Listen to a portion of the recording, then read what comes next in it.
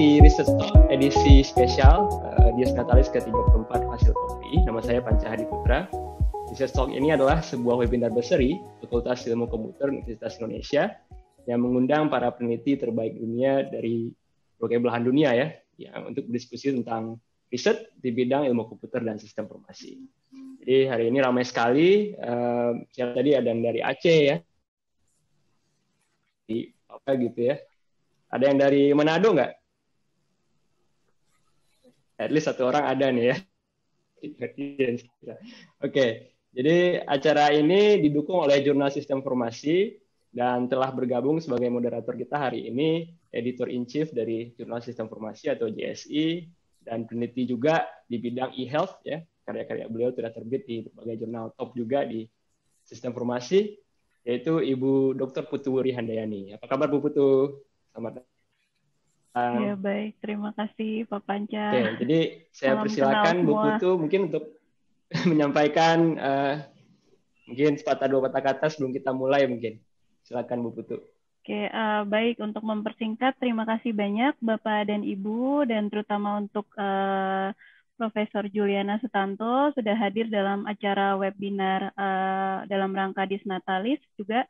Terima kasih banyak atas partisipasinya. Mudah-mudahan dari acara webinar ini kita bisa mendapatkan informasi terkini untuk tren-tren penelitian di bidang sistem informasi yang nanti akan disampaikan oleh Prof. Juliana. Jadi mohon sangat diharapkan partisipasi aktif untuk bertanya gitu, apalagi kita di masa pandemi pasti banyak tantangan gitu ya dalam melakukan penelitian maupun publikasi.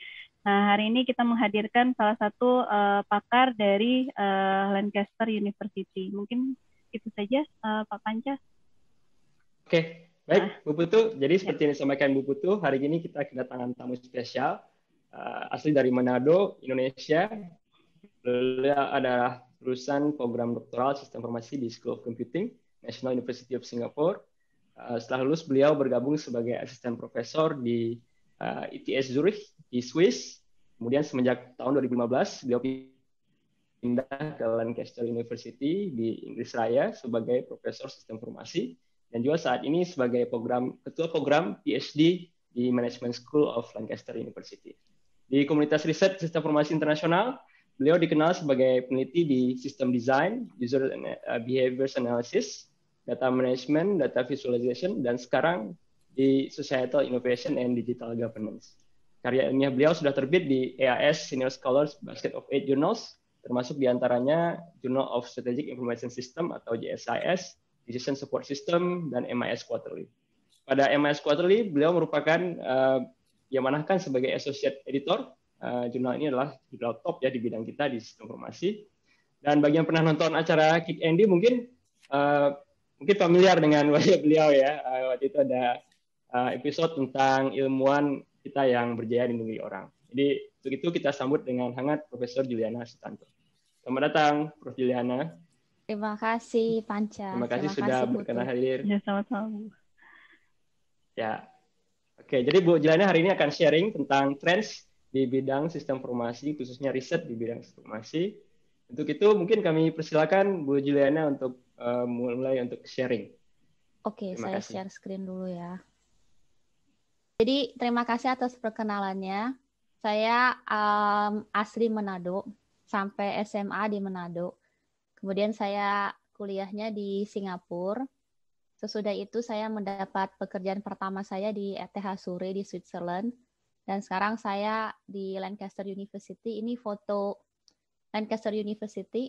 Bagian bawahnya itu, underground bridge-nya itu tempat bus stop. Dan ini foto di sore ke malam hari, jadi udah mulai ada lampu-lampunya juga. Tadi seperti saya sudah diperkenalkan tadi, jadi saya sekarang menjabat sebagai PhD Director di Department of Management Science. Ini departemen saya.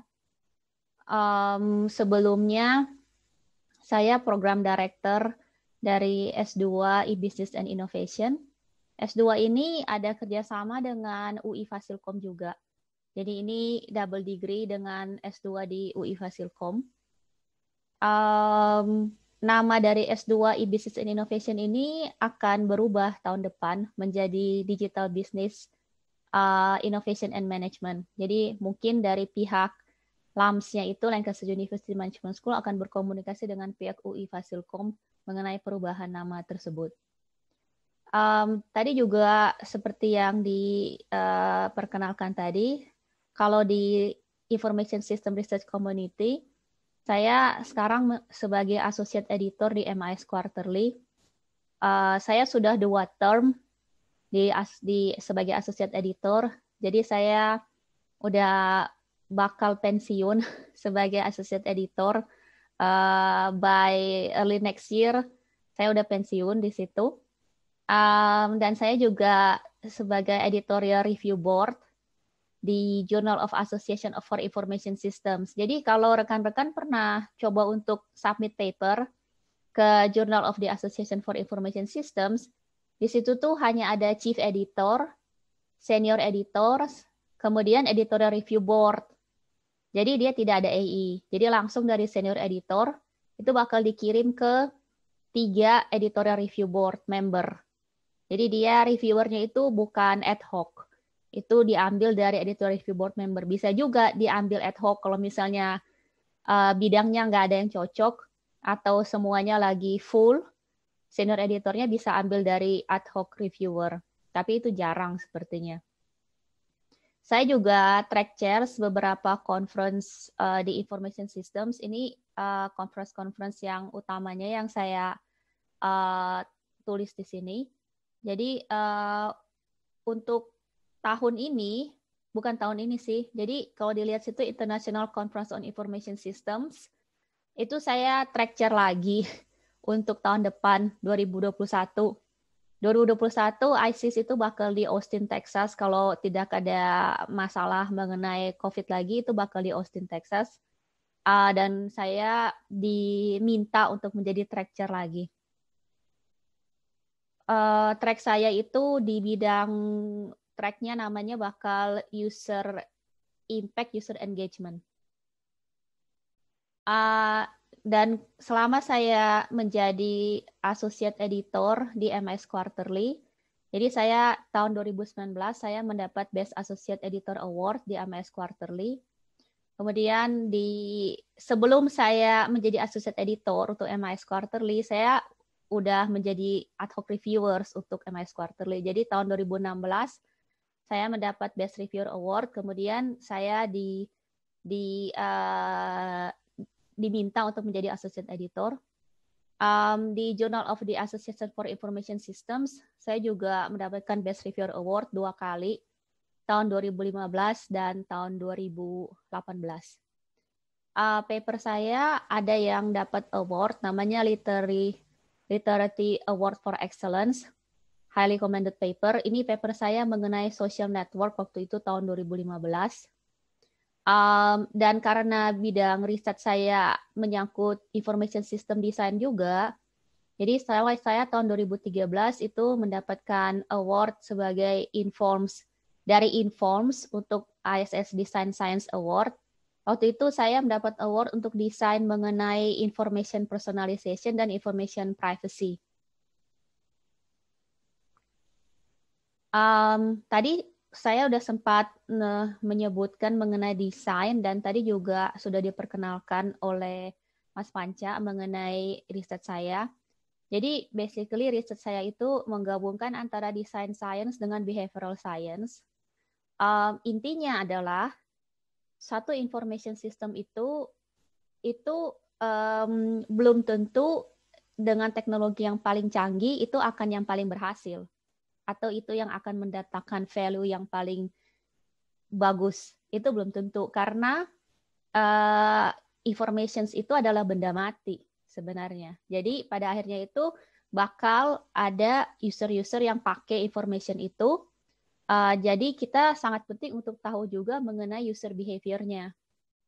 Nah, kenapa butuh untuk seperti itu? Pada akhirnya outcome-nya itu either information system itu bisa lead to organizational value, misalnya improve efficiency, increase profitability, atau dia bisa lead ke societal value, misalnya address social inequality, atau dia bisa address environmental value, misalnya persuade people untuk tidak menggunakan plastik misalnya. Atau bisa juga impact-nya itu bisa cross value, jadi misalnya cross organizational dan environmental value, atau cross societal dengan organizational value.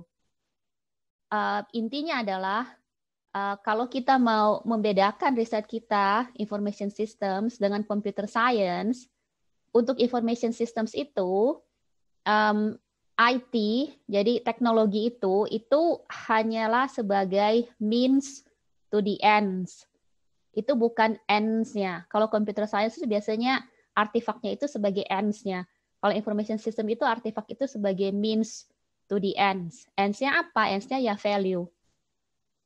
Nah, ini ada beberapa contoh riset saya mengenai itu. Salah satunya yang saya dapat award itu mengenai personalization privacy. Jadi waktu itu mahasiswa S3 saya yang dia sekarang sudah bekerja di Google, dia product manager sekarang di Google. Kita desain information systems yang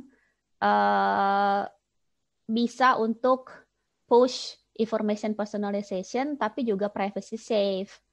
Jadi waktu itu tujuan dari riset tersebut adalah untuk mengetahui apakah benar orang-orang concern dengan privacy. Karena banyak orang tuh yang mengatakan bahwa mereka concern mengenai privacy, tapi di kenyataannya, behavior-nya mereka tidak menunjukkan bahwa mereka concern terhadap privacy. Jadi akhirnya kita mengadakan field experiment dengan mobile aplikasi yang didesain sendiri, bekerja sama dengan salah satu perusahaan di Switzerland untuk mendapatkan datanya. Jadi datanya itu dalam hal promosi-promosi dari supermarket yang di Switzerland. Kemudian kita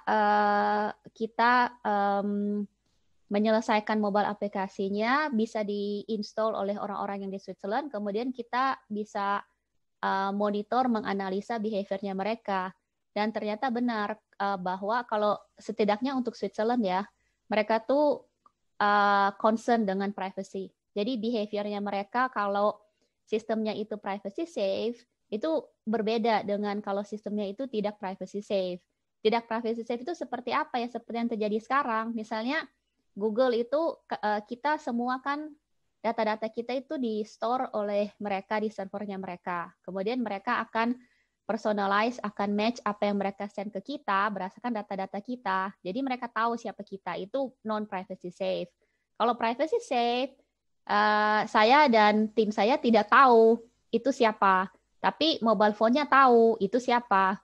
Jadi kita basically blast semuanya ke mobile, kemudian mobile phone-nya yang akan choose advertisement mana yang cocok dengan karakteristik dari atau profil informasi dari usernya.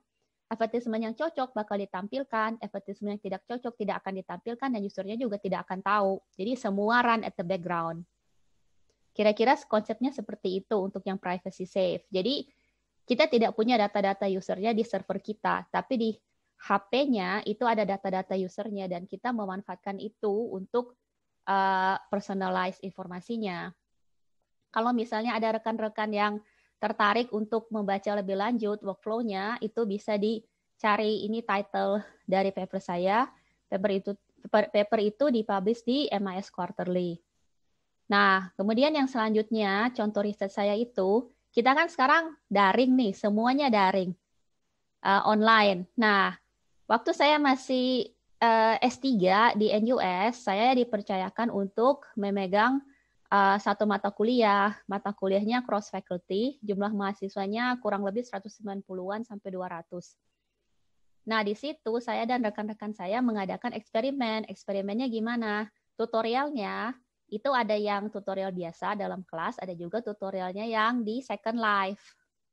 Jadi waktu itu NUS invest di Second Life, mereka beli 3 pulau, kemudian mereka bikin gedung-gedung di Second Life yang mirip dengan gedungnya NUS. Kemudian mereka bikin tutorial kelas di dalam gedung itu. Jadi kami memanfaatkan tutorial kelas di Second Life untuk mengadakan tutorial. Kemudian kami membandingkan mengenai personality dari mahasiswa dan effectiveness dari teaching itu di Second Life dan di kelas seperti biasa. Dan kesimpulannya adalah di Second Life itu mereka yang tadinya pendiam jadinya cerewet, jadi berbeda personalitinya. Tapi karena environment-nya itu terlalu rich, bisa dilihat Second Life itu ada avatar, mereka bisa avatar apa aja, mereka bisa nama apa aja, kemudian kita tahu username-nya mereka apa, kita teleport mereka di dalam ruangan tutorial, tapi itu environment-nya terlalu rich, jadi mereka tidak fokus ke tutorial. Jadi waktu itu kita menarik kesimpulan bahwa Second Life itu media yang terlalu rich untuk kegiatan belajar mengajar. Nah, kemudian yang terakhir contoh yang saya angkat di sini adalah riset saya yang currently. By the way, kalau ada yang mau baca lebih lanjut mengenai riset saya yang mengenai Second Life itu bisa dilihat di 2 jurnal. Yang satu. Maaf Bu, Juliana, slide-nya kayaknya apakah ada belum maju ke berikutnya atau masih yang ini Bu? Masih yang ini. Oh, oke. Kirain belum masih. Ya udah. Baik, Bu. Kelamaan ya. Enggak, maksudnya kirain ada slide yang berbeda karena berbeda topik kan? Enggak ya berarti. Okay. Enggak. Saya masih kasih contoh aja supaya sebagai gambaran riset-riset seperti apa yang kira-kira mungkin ada yang terinspirasi untuk melakukan riset. Oke, baik Bu. Ya. Jadi kalau yang Second Life itu saya ada 2 publications, nanti bisa dilihat dari list of publication saya. Yang saya lagi kerjakan sekarang ini adalah riset di disaster management. Jadi natural disaster management, tepatnya disaster response. Jadi riset saya yang currently ongoing, saya develop decision support system untuk disaster response, natural disaster response. Stakeholder-nya ada di Indonesia, ada juga di Sudan. Jadi itu masih ongoing, masih belum ada publication, hanya ada conference papers untuk itu. Sekarang saya akan lanjut ke slide selanjutnya.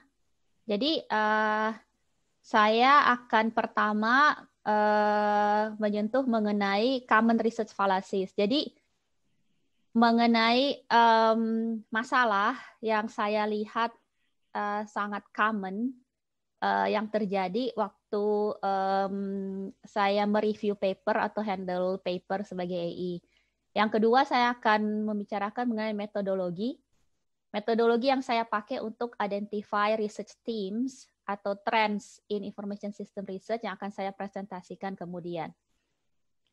Common research fallacy, kesalahan yang paling umum yang pertama bisa dilihat dari 2 kutipan ini.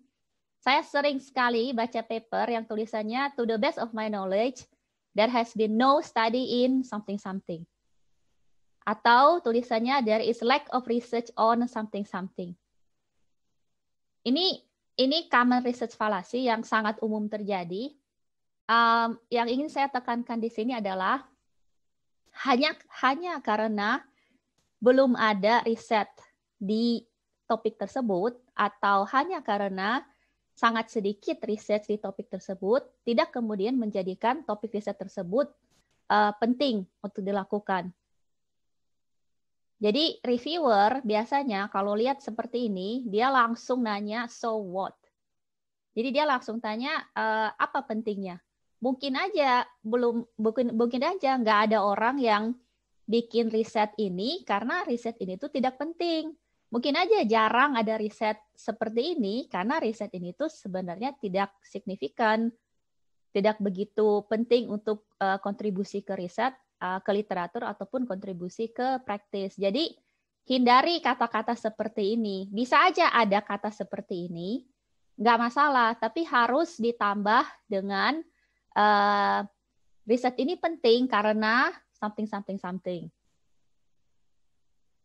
Nah, research masalah yang kedua yang sering terjadi, misalnya ada kata-kata there is no such study in Indonesia on atau we are going to do a cross-cultural comparison on.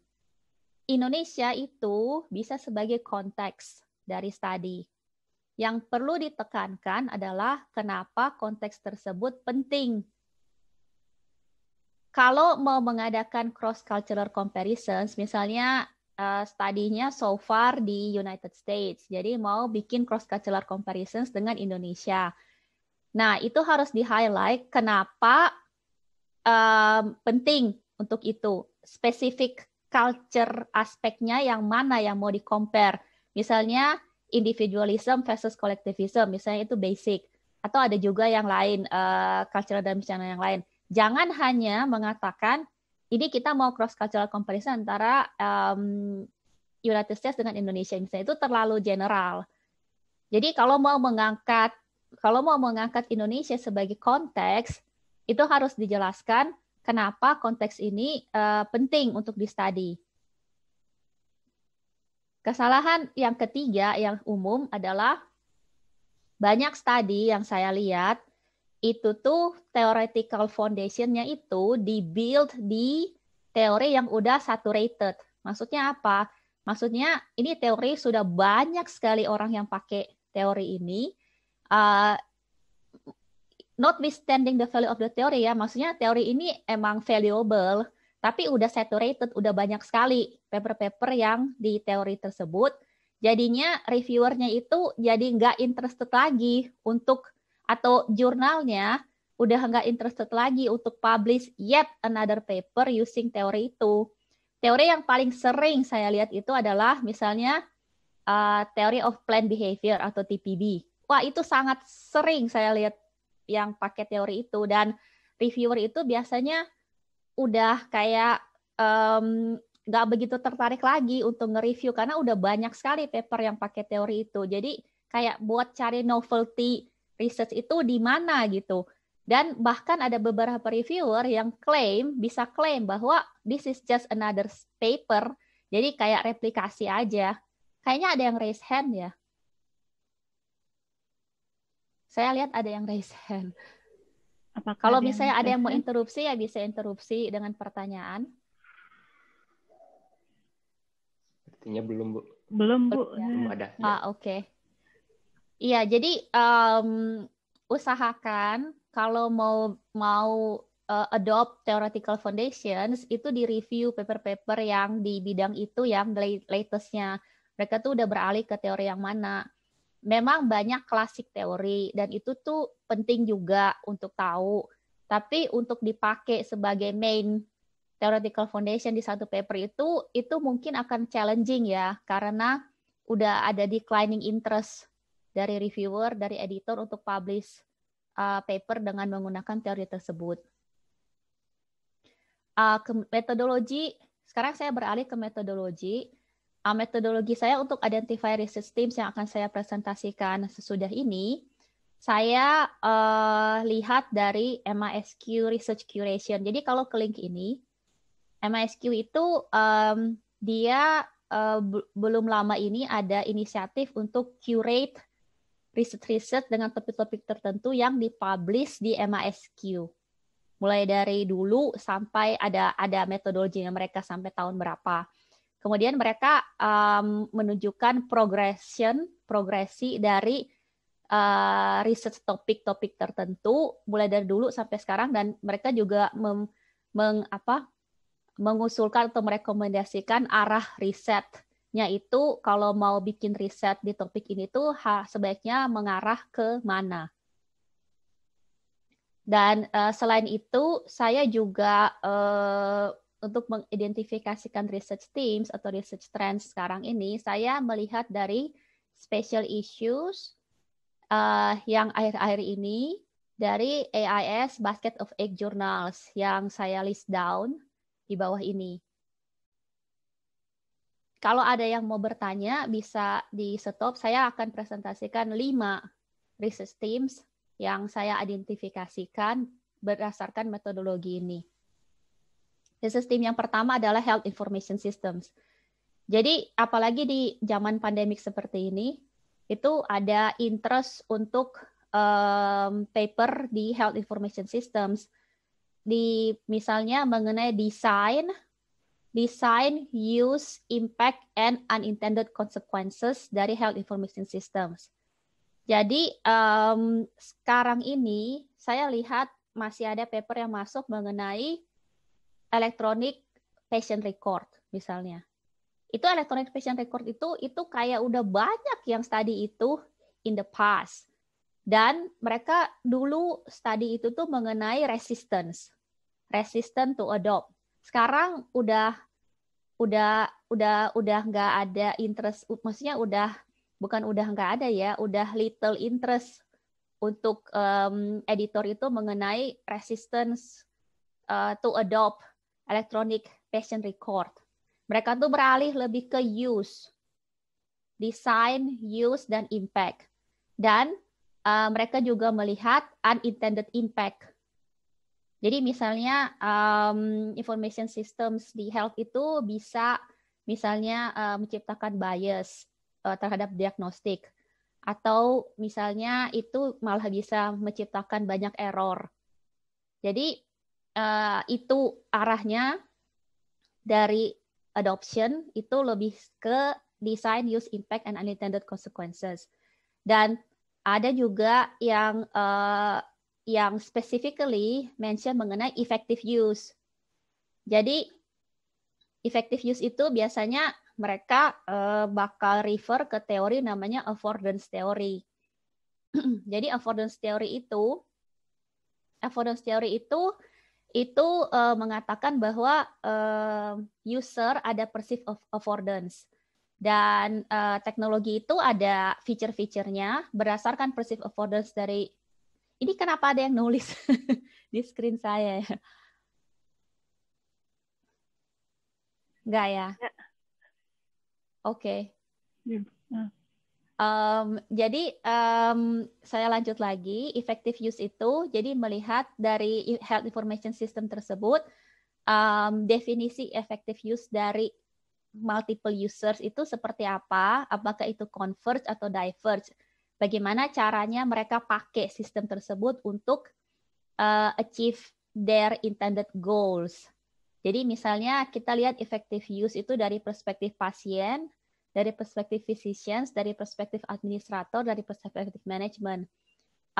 Dengan information system yang sama, health information system yang sama, bisa aja perceived affordance dari sistem tersebut untuk multiple stakeholders-nya berbeda. Dan makanya cara mereka pakai juga berbeda, dan apakah itu bisa achieve goal-nya mereka, itu tergantung. Jadi ada possibility untuk lebih banyak riset ke arah sana. Kemudian ada juga yang selanjutnya mengenai artifact beyond hospital information systems. Jadi ini lebih ke arah user-based health information system seperti misalnya wearable IT. Kalau tahu Fitbit misalnya, itu juga ada special issue ke arah health-related digital platforms, ke arah wearable IT, health-related digital platforms misalnya online community, yang diskusi mengenai health. Dan yang terakhir, information systems in the age of pandemics. Ini special issue yang dikeluarkan karena COVID. Jadi mereka melihat information system misalnya track and trace systems. Dan mereka melihat dari desainnya, dari impact-nya. Nah, kalau mengenai information system in the age of pandemics, itu masih ada interest untuk melihat ke arah adopsi. Karena itu baru, dan adopsi itu penting untuk misalnya track and trace itu untuk successful. Kalau misalnya sebagian besar nggak mau pakai, ya nggak akan bisa successful track and trace. Jadi ada latest paper yang dipublish di European Journal on Information System, bisa dicek. Itu udah ada paper yang melihat mengenai adopsi dari track and trace systems. Research team yang kedua itu mengenai digital resilience.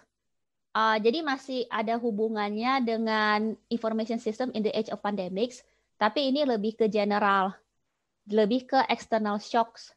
Jadi external shocks di environment-nya itu bisa ada potensi research di sana karena itu bisa mengganggu digital resilience. Dan potensi riset di sini adalah kita bisa melihat multiple level of resilience and their interplay, karena information system itu hanya satu aspek of resilience. Ada juga aspek individual, ada aspek organisasi, ada aspek business process, ada aspek community, dan ada aspek governance atau governance. Jadi kita bisa melihat interplay dari beberapa aspek ini terhadap digital resilience. Kemudian yang topik selanjutnya itu how to redesign information systems dari reactive decision making ke proactive decision making. Nah, yang kedua ini itu terinspirasi juga oleh COVID pandemic. Karena waktu COVID ini itu banyak information system itu yang diredesign untuk menjadi proaktif, maksudnya proactive decision making. Jadi ini lebih ke menyentuh juga artificial intelligence ya, bahwa dengan monitoring, misalnya track and trace itu, information systemnya itu bisa lead to proactive decision making instead of reactive decision making. Dan yang topik yang ketiga itu mengenai crisis driven agility dan crisis reveal fragility. Topik yang ketiga ini itu lebih ke organizational, lebih ke organisasi.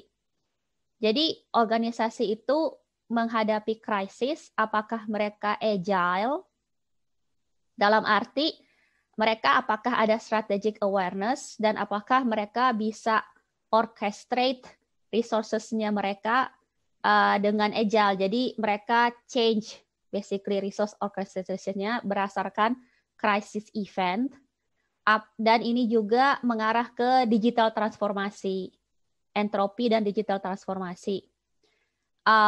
Crisis reveal fragility itu contohnya waktu terjadi pandemik itu ternyata organizations banyak yang realize bahwa supply chain-nya itu fragile. Jadi banyak yang keputus supply chain-nya karena masalah COVID. Misalnya dia sangat membutuhkan materi-materi dari China. Tapi karena waktu itu COVID, jadinya putus, jadinya dia nggak bisa produksi. Nah, jadi dia butuh untuk ganti supply, dan kalau seperti itu apakah ada role of information systems untuk itu? Bisa dibayangkan kalau misalnya company-nya ini, dia udah adopsi atau udah transform itself digitally ke arah industri 4.0. Kalau udah seperti itu, biasanya dia udah very tightly connected dengan suppliernya dia.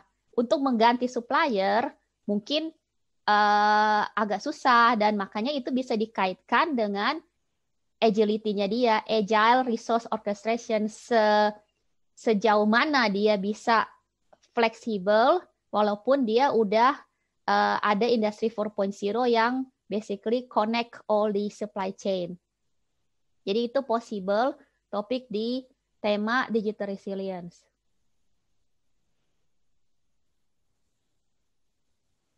Yang tim yang ketiga yang saya mau highlight adalah ICT for Development. Ini kayaknya mungkin pasti banyak yang mikir, wah ini kan udah topik dahulu kala ya, ICT for Development udah banyak sekali paper mengenai ICT for Development. Nah sekarang topik ini dibungkus lagi dengan lensa yang baru. Intinya, how can we make a better world through ICT? Tapi kemudian yang dikupas adalah, waktu kita melihat ICT for Development, maksudnya itu better world untuk siapa? Karena biasanya paper-paper yang ICT for Development itu, mereka melihat ke Afrika. Mereka melihat ke low income country.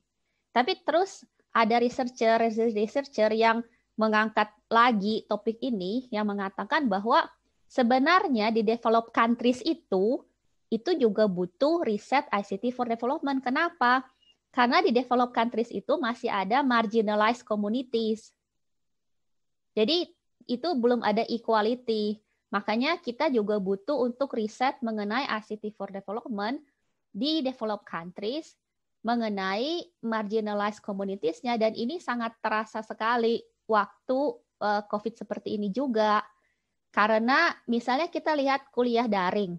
Kuliah daring itu atau belajar mengajar daring itu banyak komunitas-komunitas yang walaupun di developed countries, di Inggris misalnya, itu mereka misalnya satu keluarga mereka hanya punya satu iPad misalnya, sedangkan ada 4 anak. Ya gimana caranya mereka bisa anak-anak itu untuk bisa belajar online gitu. Jadi sebenarnya di developed country sendiri masih ada marginalized communities dan itu sesuatu yang bisa di riset. Kemudian sekarang juga ada banyak migrated. Kalau di Eropa itu banyak yang migrated dari negara-negara yang konflik countries. Jadi itu bisa dilihat juga role of ICT untuk membawa mereka untuk supaya mereka bisa berintegrasi dengan orang-orang yang di negara-negara yang tujuannya mereka atau yang mereka sudah tiba di negara tersebut. Itu ada paper bisa dicari. Recently ada paper mengenai the role of information systems untuk bisa social integrate dari migrated communities. Kemudian juga better for whom, ada pertanyaan juga, maksudnya rural versus urban. Jadi sekarang masih bisa dilihat juga, misalnya rural communities itu mungkin mereka masih ada beberapa challenges untuk bisa have a better world through ICTs, karena mungkin ICTs-nya tuh belum sampai ke sana atau ada masalah-masalah tertentu. Atau apakah kita melihat disabled communities?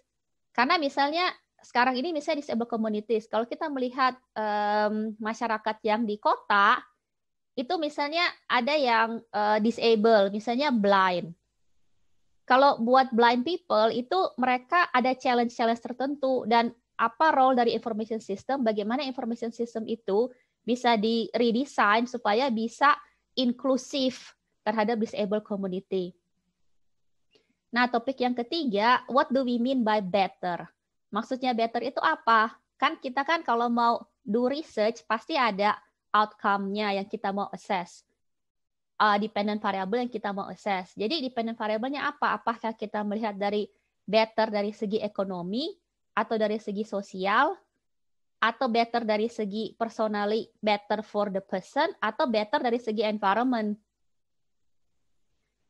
Kemudian yang keempat, ini masalah teori. Jadi pertanyaannya, can the current theories explain atau prescribe ICT for development? Karena ICT for development ini sebenarnya ini context specific problem. ICT for development context specific problem, makanya ada peluang-peluang untuk teori building justru di tema ini ada peluang-peluang untuk teori building dengan menggunakan grounded teori metodologi. Dan yang terakhir, topik di ICT for Development ini mengenai data. Dan itu ada special issue mengenai data science for social good. Jadi mengolah big data, kemudian melihat bagaimana big data ini tuh bisa lead ke social good, misalnya citizen science.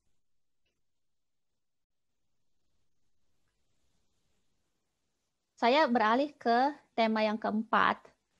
Tema yang keempat itu dark side of IT. Ini banyak sekali yang kalau dilihat special issue, call for paper atau apa, ada kata-kata dark side of IT. Dan yang dilihat sekarang ini saya kasih beberapa highlight. Jadi yang pertama social media. Social media peluang risetnya ke arah social media induce polarization. Penggunaan sosial media itu bisa menciptakan polarisasi. Nah, bagaimana caranya untuk kita bisa mencegah polarisasi di sosial media? Itu lebih ke arah berarti design and use of social media. Infodemic itu juga sesuatu yang tren sekarang untuk dark side of IT, melihat ke arah fake news. Jadi fake news on the internet. Kemudian tadi saya sempat menyinggung mengenai artificial intelligence, AI. Artificial intelligence kalau di arah information systems itu kita lebih melihat ke explainable AI. Jadi AI itu semacam black box biasanya. Dan sekarang banyak juga call for funding applications di Europe dan di UK yang mengarah ke Bagaimana caranya kita buka black box ini dan inform the user sebenarnya algoritmanya itu seperti apa. Dan remember, usernya itu kan novice user, dia nggak ngerti mengenai algoritma, tapi dia mau tahu eksplanasi dari kenapa dia misalnya mendapatkan rekomendasi seperti ini. Itu namanya explainable artificial intelligence. Kemudian ada juga ethical artificial intelligence. Ini contohnya bandwagon effect ya. Jadi ethical AI itu contohnya kalau kalian pernah dengar mengenai self-driving car. Self-driving car itu pakai AI. Jadi mereka tuh misalnya ya self-driving car lagi drive, tiba-tiba ada yang mau nyebrang. Dan dia karena kecepatannya itu dia self-driving car itu dia nggak bisa rem. Nah, dan yang dia bisa bikin adalah ada jalan di sebelah kiri misalnya. Jadi dia hanya bisa belok kiri atau dia lurus. Tapi kalau dia belok kiri, ada orang juga di situ yang bisa kena. Jadi ethical AI itu adalah mereka biasanya pembikiran kalau misalnya lurus, misalnya yang ketabrak itu orang tua. Kalau dia belok kiri, yang ketabrak itu anak kecil. What is ethical gitu? Jadi ada peluang riset ke arah ethical AI. What is ethical? What do you mean by ethical? Bagaimana dia bisa mengambil keputusan dalam hal ini? Dan kemudian ada juga riset ke arah management of AI. Apakah kemudian di situasi seperti ini AI-nya itu mesti mengasih kontrol decision making ke drivernya?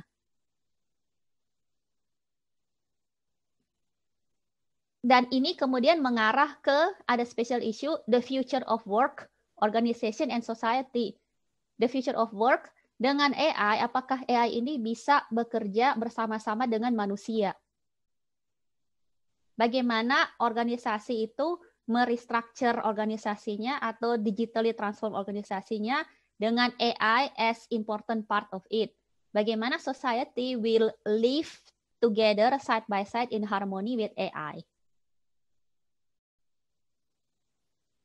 Topik yang keempat itu lebih ke regulasi.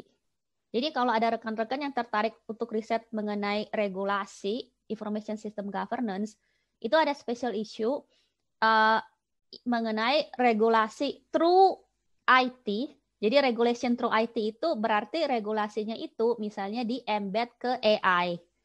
Jadi rules-nya itu di embed ke AI dan itu namanya regulasi through IT dan atau regulasi of IT. Jadi regulasi of IT itu lebih mengarah ke ada IT, misalnya AI, regulasinya itu harus seperti apa. Yang terakhir yang saya mau angkat adalah emerging and smart technologies. Ini banyak saya lihat udah makin banyak ya special issue yang mengarah ke smart technology. Smart technology itu topik-topiknya itu bisa dari selection, design, adoption, use. Karena ini masih emerging ya, emerging and smart technology. Jadi topik-topik mengenai adoption itu masih diangkat. Kemudian juga ada topik evaluasi, impact, organization impact, and societal impact. Examples of technologies of interest itu blockchain. Ada special issue yang salah satu topiknya itu mengenai blockchain. Kemudian ada juga mengenai unmanned vehicles yang saya bilang tadi.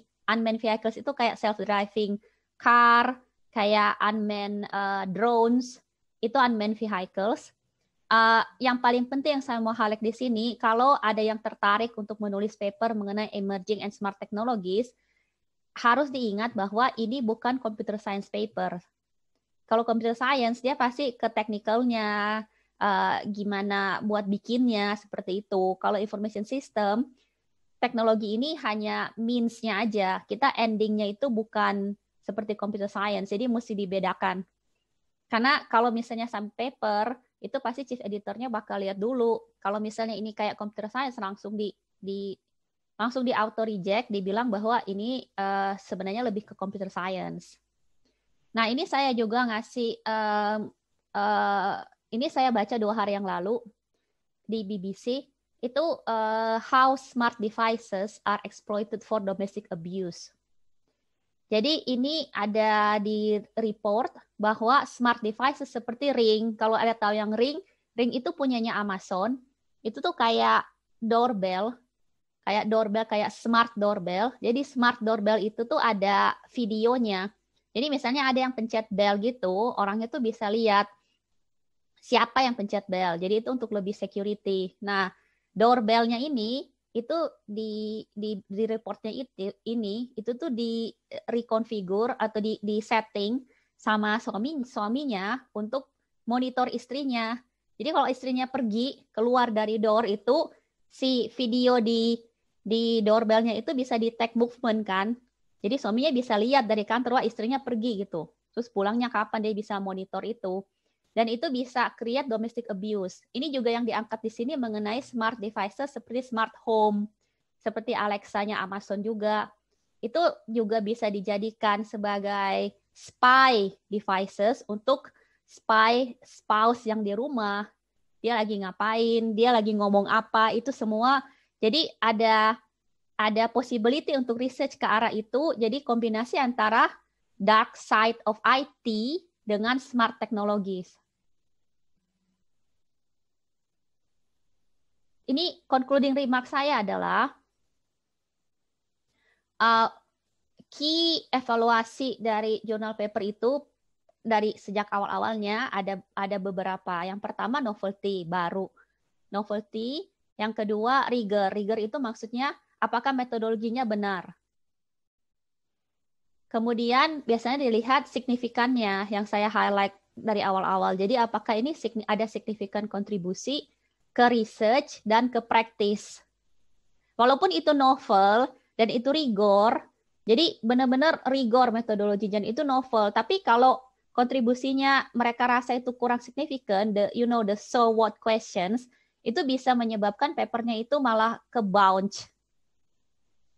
Kemudian yang kedua yang saya mau highlight, saya banyak melihat paper yang independent variabelnya itu banyak sekali, bisa 10 kali independent variablesnya. Kemudian biasanya tuh paper yang saya lihat kayak gitu tuh structural equation modeling. Banyak independent variabelnya, banyak variabel tengah-tengahnya, kemudian terakhir. Nah, sebenarnya yang lebih di-prefer oleh reviewernya dan editornya itu tuh deep dive.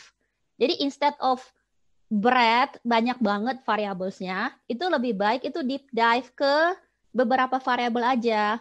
Jadi ke beberapa variabel aja, itu difokus, kemudian di deep dive dengan multi-method research. Misalnya awalnya focus group, kemudian survei, kemudian sesudah hasil dari survei itu bisa interview gitu untuk dig deeper, kenapa seperti itu. Atau deep diving-nya itu dalam hal longitudinal research. Jadi kita ada spesifik variabel yang kita mau lihat, terus kita do longitudinal research. Dan jadi longitudinal maksudnya research jangka panjang ya. Jadi kita ambil data di periode 1, kemudian kita ambil data lagi di periode kedua, kita bandingkan perubahannya apa. Kemudian periode ketiga, kemudian kita menulis paper, oh ini karena ada ini, perubahannya seperti ini, hasilnya yang periode kedua seperti ini. Jadi itu lebih menarik untuk reviewernya untuk bisa melihat hal itu daripada paper yang banyak banget variabelnya. Dan ini slide saya yang terakhir, saya mau highlight beberapa opportunities. Kalau ada yang tertarik untuk opportunities ini, mungkin di sini ada adik-adik yang lagi mencari buat PhD funding. Nah, di semua universitas itu ada competitive PhD funding. Jadi, basically fundingnya dari university, tapi itu sangat kompetitif.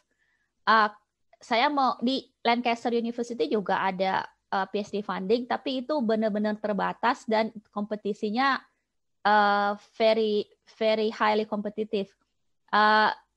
Tapi saya mau highlight di sini ada juga dari Indonesia yang di departemen saya, Department of Management Science, yang mendapatkan competitive PhD funding. Jadi mereka melakukan PhD dengan funding dari Lancaster University. Yang pertama, Danan Sarwo Utomo, dia udah lulus. Dia sekarang lagi postdoc di Heriot Watt di Scotland. Dia undergraduate dan masternya dari ITB, kemudian dia PhD-nya dapat funding dari Lancaster University, dia PhD-nya di departemen saya. Jadi yang saya highlight di sini hanya mahasiswa orang Indonesia yang di departemen saya ya. Di departemen lain mungkin ada juga, tapi saya kurang tahu. Dan saya sangat proud dengan beliau karena itu bisa dilihat ada screenshot award. Jadi beliau mendapatkan Distinguished Dissertation Award 2020 bukan dari university tapi dari asosiasi European Social Simulation Association. Dia bidangnya simulasi.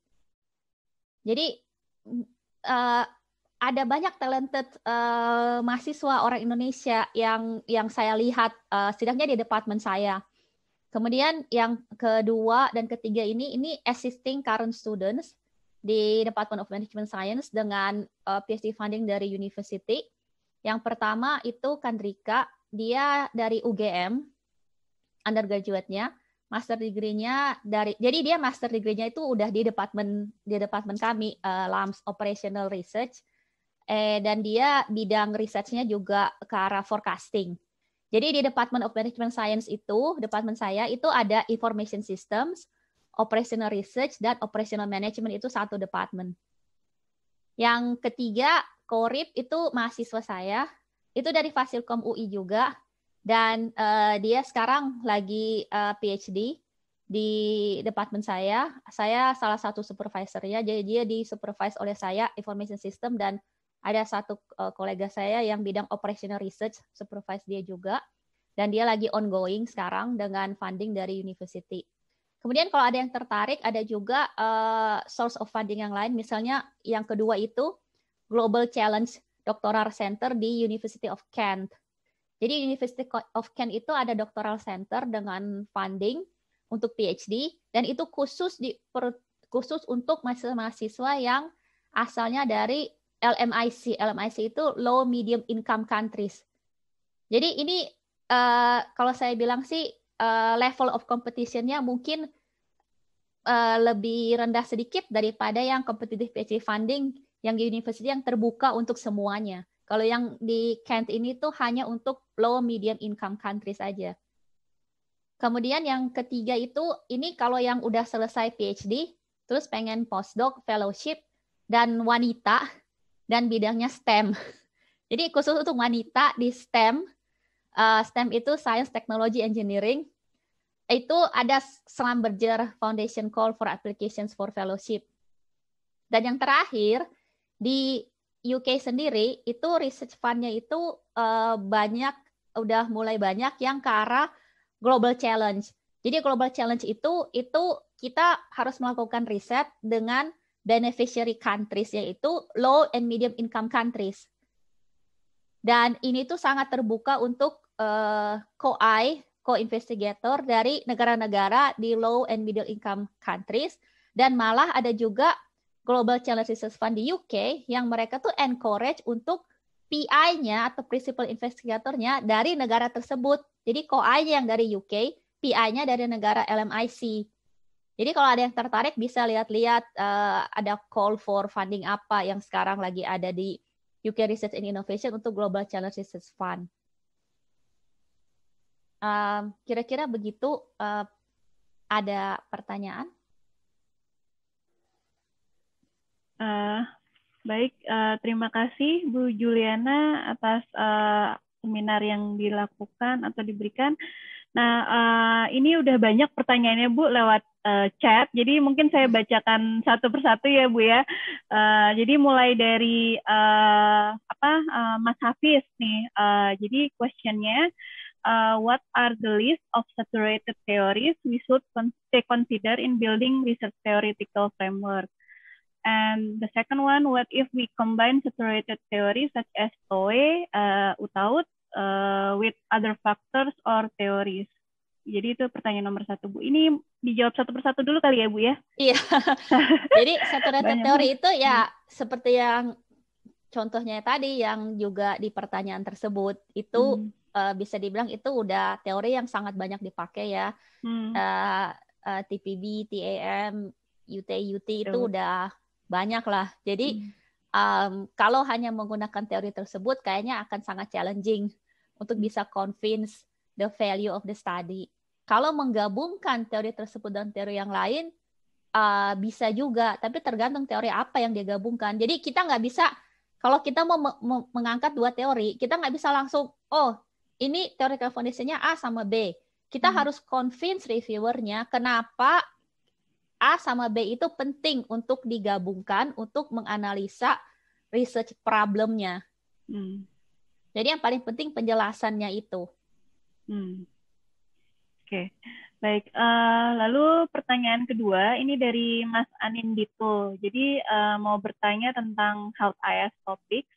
Jadi apakah lingkup riset ke Health IS itu selalu perlu merujuk juga ke bidang biologi yang relevan, misalnya genetika atau virologi pada saat melakukan riset tentang Health IS dalam konteks pandemik? Atau apakah topik yang dijabarkan di sini dapat dilakukan sebagai topik yang berdiri sendiri?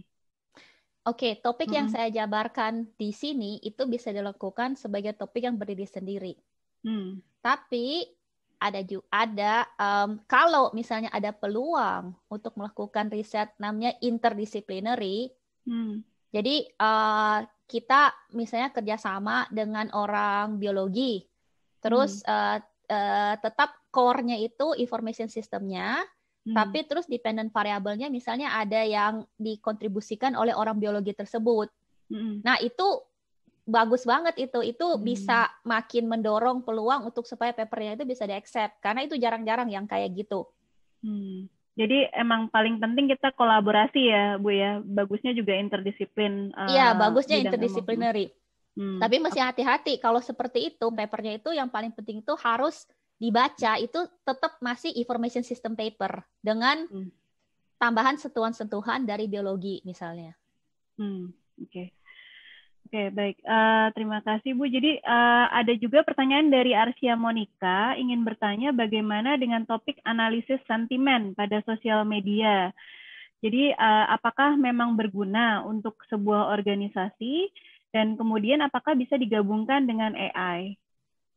Iya, jadi sentimen analisis itu sebenarnya sesuatu topik yang ada sampai sekarang masih challenge ya untuk sentimen analisis mengenai bias dari sistemnya itu sendiri.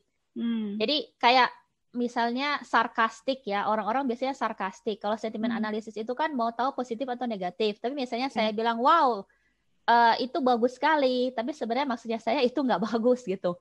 Itu masih error kalau pakai sistem sentimen analisis buat identify itu yang sebenarnya negatif tapi di-identify sebagai positif.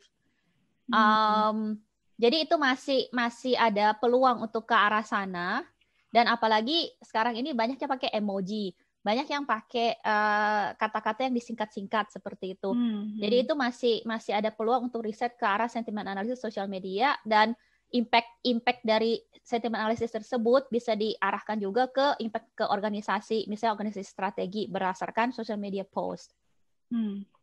Oke. Baik. Kemudian pertanyaan berikutnya Bu, boleh dari Pak Arif, bolehkah kami mendapatkan slide presentasinya? Nanti jangan khawatir, Bapak dan Ibu, ini juga rekaman hari ini nanti akan di-upload juga di YouTube gitu, jadi bisa dilihat nanti di YouTube Fasilkom gitu ya Pak Panca? Betul. Ya, oke, baik. Nah, kemudian pertanyaan berikutnya Bu dari Pak Ade Surya Budiman, outcome research atau result nanti berupa apa, Prof? Ada berapa outcome yang bisa dihasilkan? Mungkin Pak Ade, apakah ada di sini atau bisa mengelaborasi pertanyaannya, mungkin yang dimaksud seperti apa ya? Pak Ade. Pak Ade Surya Budiman. Atau mungkin bisa saya translasikan, mungkin Bu Juliana bisa memberikan advice gitu. Jadi ketika kita melakukan penelitian gitu, sebaiknya luaran apa yang bisa dihasilkan dari suatu research yang pastinya bisa juga punya kontribusi yang baik gitu Bu, secara praktik maupun teori gitu. Kadang-kadang kan, jadi mungkin kadang-kadang kalau peneliti kan bingung Bu, apakah nih paper saya layak untuk jurnal atau layak mungkin untuk dipublish di proceedings. Mungkin Bu Juliana bisa memberikan sedikit tips dan saran gitu. Kalau misalnya Kayaknya sebenarnya itu harus dikaitkan dulu juga dengan research gaps ya. Jadi jadi research kontribusinya itu harus dikaitkan dengan research gaps. Jadi sebelum bisa tahu research gaps, berarti kan mesti do comprehensive literature review dulu. Dari comprehensive literature review itu bisa di-identify gaps mana yang mau di-address oleh riset ini, dan itulah kontribusi dari riset ini. Oke. Baik, jadi kita kaitkan dengan research gaps yang kita dapatkan gitu ya Bu ya. Jadi apakah luarannya bisa proceeding atau publikasi paper jurnal. Apakah Pak Ade-nya sudah ada, Pak Panca? Udah Pak Ade, sepertinya tadi udah menjawab. Unmute, ya udah menjawab. Ya. Udah menjawab ya Pak ya. Jadi kalau misalkan ada pertanyaan yang belum menjawab, mohon bisa disampaikan ya Bapak dan Ibu gitu. Oke, baik. Mungkin sebentar maaf. Iya, baik. Apakah boleh berupa framework atau berupa kajian lebih lanjut atau seperti apa Ibu ya? Iya, tergantung. Iya, bisa. Jadi kan tadi saya juga highlight mengenai ICT for Development. Itu karena konteks spesifik problem, itu justru ada peluang-peluang untuk teori building atau framework development dari situ. Pakai metodologi grounded theory. Oke, terima kasih Prof. Sama-sama. Ya. Oke, baik. Kita ke pertanyaan berikutnya. Ini dari Saide, ini Ibu apa Bapak, mohon maaf. Ini dia bilang terima kasih banyak sharing knowledge-nya, lalu dia mau bertanya, ketika menulis di introduction atau literature review, jadi di mana biasanya, atau mungkin bisa diinfokan oleh Prof. Juliana, meletakkan atau mulai membangun isu ke teori yang akan diadopsi. Dalam kaitannya dengan dependent atau independent variable, alur seperti apa yang digunakan? Kira-kira jelas nggak, Bu Juliana? Jadi mungkin jadi mungkin pertanyaannya spesifiknya adalah ketika kita menceritakan pada paper kita, literatur review itu di mana harus kita tempatkan gitu flow alurnya atau sistematikanya. Literatur review itu, jadi pertama introduction itu staging the paper. Kayak kita kalau nonton, kita awal-awalnya kan kalau udah bosen, orang pasti baca bawahnya itu udah agak bias gitu. Jadi introduction-nya tuh mesti benar-benar stage papernya itu sendiri.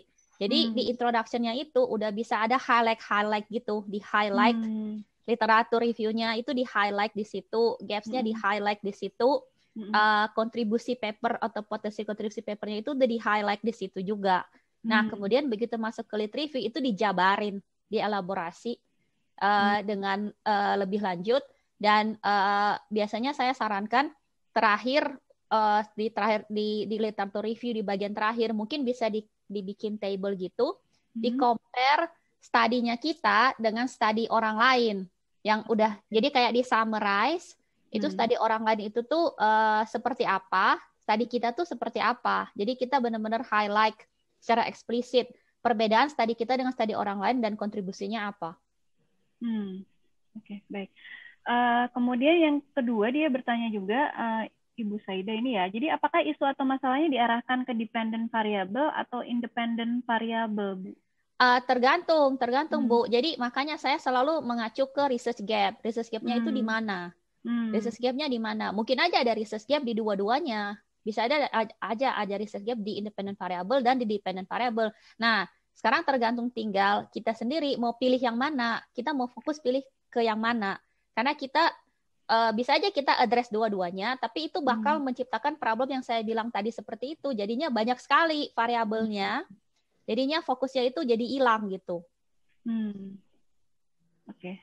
Baik, sudah menjawab ya, mudah-mudahan Ibu atau Bapak Saida ini. Baik, kemudian kita lanjut ke Pak Argianto. Jadi mohon izin bertanya, saya bekerja di salah satu BUMN. Terima kasih atas presentasinya yang insightful. Nah, pertanyaan Pak Argianto adalah apakah ada isu khusus pada riset IS, khususnya pada stakeholder management? Bagaimana kaitannya dengan pengembangan IS yang melibatkan banyak stakeholder dan manajemen terhadap stakeholdernya? Mungkin ini lebih ke arah penelitian ke organisasi ya, Bu ya? Iya, penelitian ke organisasi. Jadi penelitian ke organisasi itu yang saya bilang tadi, saya sempat sebut mengenai digital transformation. Digital transformation itu masih banyak peluang ke arah situ. Dan ada juga misalnya contohnya kalau yang saya bilang tadi juga hospital information system, kita bisa melihat effective use dari perspektif manajemennya. Oke. Berarti bisa juga dilihat dari konteks manajemen organisasinya juga ya, Iya, Bu. Jadi nggak harus pengguna aja, terus kan biasanya sekarang kan. Iya, justru ada potensi untuk riset di health information system itu kita melihat dari dua arah. Effective use dari perspektif penggunanya dan effective use dari perspektif manajemennya. Kemudian kita melihat itu apakah converge atau diverge. Ya, baik. Mudah-mudahan menjawab ya, Pak Argianto. Baik, ini berikutnya dari Ibu Ave. Jadi selamat sore, Bu Juliana. Untuk riset pada sosial media, apakah mungkin kita lakukan sebagai pihak eksternal? Karena tentunya data yang dibutuhkan berada di platform sosial media tersebut. Nah, kemudian apakah dengan demikian kita harus develop dulu sosial media sendiri untuk kebutuhan riset dan baru dievaluasi dampaknya? Kalau kita bisa punya akses ke data-data di sosial media, berarti kan kita ada primary data, kita bisa analisa lognya. Kalau kita tidak bisa akses data itu dan kita mau riset mengenai sosial media, itu sebenarnya bisa aja diriset dengan tanpa data-data primer. Jadi misalnya kita menganalisa mengenai pengaruh sosial media use terhadap bullying misalnya. Itu kan kita bisa menganalisa itu juga dengan multiple data sources yang nggak harus diambil dari sosial media, kutipan-kutipan di sosial media. Misalnya kita bisa pilih misalnya satu komunitas sekolah misalnya. Dari situ kita bisa mulai dengan misalnya kita bisa mulai dengan fokus grup dengan student-studentnya. Kemudian kita bisa tanya penggunaan sosial media mengenai pengaruh sosial media terhadap bullying di online maupun offline. Kemudian kita bisa pakai survei juga untuk dari situ kita bisa develop survei, dari survei kemudian kita bisa go to in-depth interview lagi. Jadi ada beberapa cara tanpa harus bergantung ke data-data yang sosial media, atau bisa juga kita bekerja sama. Dari sosial media itu banyak grup. Misalnya ada grup di sosial media di Facebook, misalnya ada grup anti bullying misalnya atau apa. Bisa juga dicoba untuk komunikasi kontak founder grup itu, terus bilang kita mau riset mengenai bullying, bisa nggak kita kolaborasi, karena mereka itu punya data-datanya, mereka punya post-postnya itu, jadi mereka mungkin kalau mereka mau mereka bisa kasih. Ya, apakah mudah-mudahan menjawab ya, Ibu Ave. Oke, kemudian ini ada Pak Anindito juga mau bertanya tentang kaitannya sama topik emerging technologies. Jadi, bagaimana pandangan Ibu mengenai topik riset suatu teknologi yang bersifat emerging di daerah tertentu, misalnya IoT atau smart appliance, mungkin sudah lebih banyak diadopsi di negara-negara maju seperti di daerah Eropa, Korea Selatan, namun di Indonesia masih jarang ditemui. Jadi mungkin inti pertanyaannya adalah kalau topik emerging technologies ini kita teliti untuk konteks Indonesia, apakah masih memungkinkan gitu, Bu?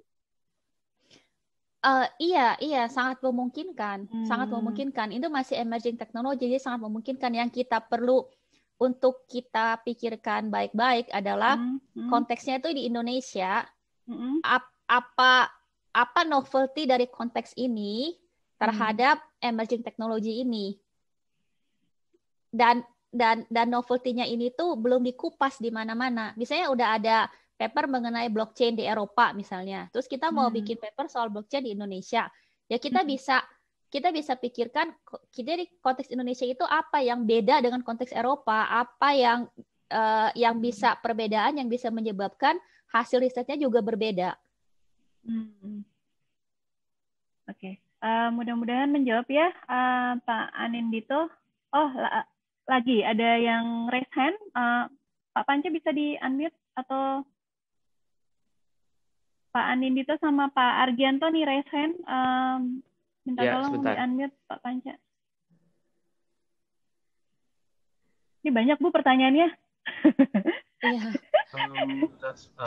Maaf Bu, jadi ingin mau sedikit menambahkan Bu, mengenai pertanyaan tersebut, karena jadi soal emerging technologies ini, batasan emerging technologies itu kira-kira di mana ya Bu? Karena saya juga sempat berpikiran juga saat Ibu menjelaskan, karena kan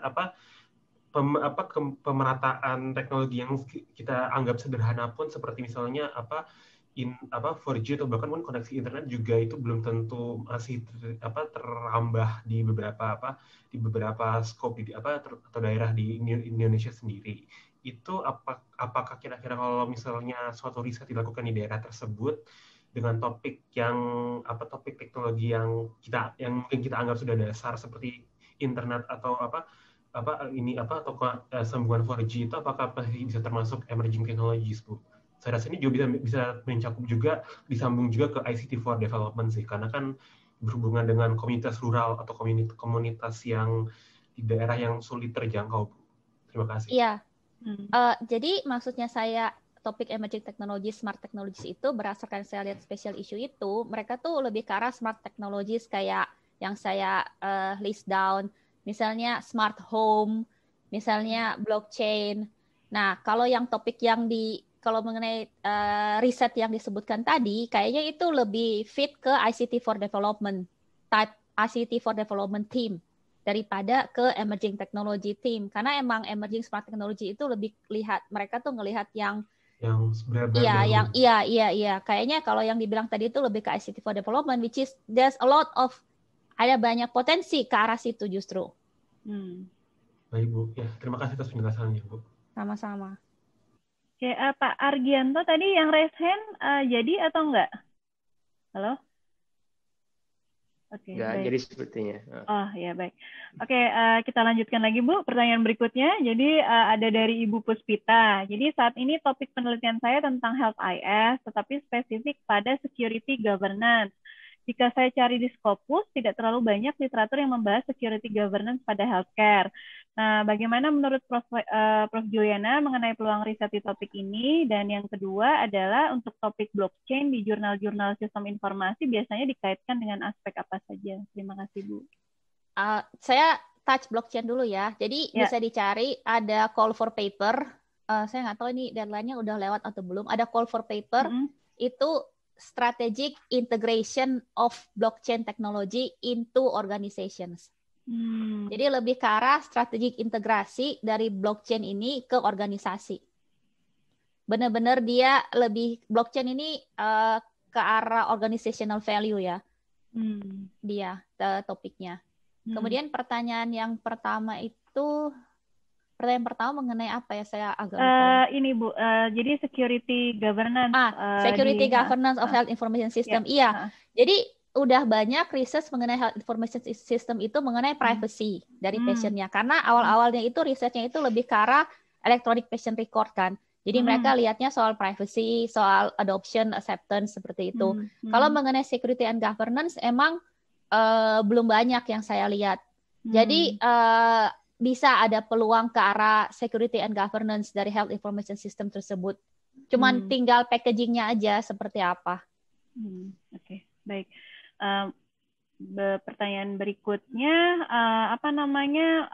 Pak Hafiz. Jadi bagaimana cara kita mengevaluasi signifikansi riset? Adakah metode untuk evaluasi mandiri sebelum disubmit ke reviewer? Jadi signifikannya itu harus dua arah. Signifikan ke literatur, ke extant study, dan significance ke practice. Kalau significance ke extant study itu sangat mudah, karena itu dikaitkan dengan research gap. Jadi makanya saya selalu stress, dari awal itu udah literatur review-nya itu harus komprehensif, kita udah jelas research gap-nya apa, dan research kita tuh dikaitkan dengan research gap, dan itu bakal increase signifikan dari research kita. Kalau signifikan ke practice, nah ini juga ada satu dua paper gitu yang saya handle, itu udah bagus banget papernya, tapi terus reviewernya bilang ini apa implikasinya untuk practice? Kayak mereka nggak bisa ngelihat practical value-nya. Jadi itu juga penting. Jadi research itu juga penting untuk lihat visibility-nya untuk practice itu seperti apa arahnya. Dan itu harus juga udah ditulis dari sejak introduction.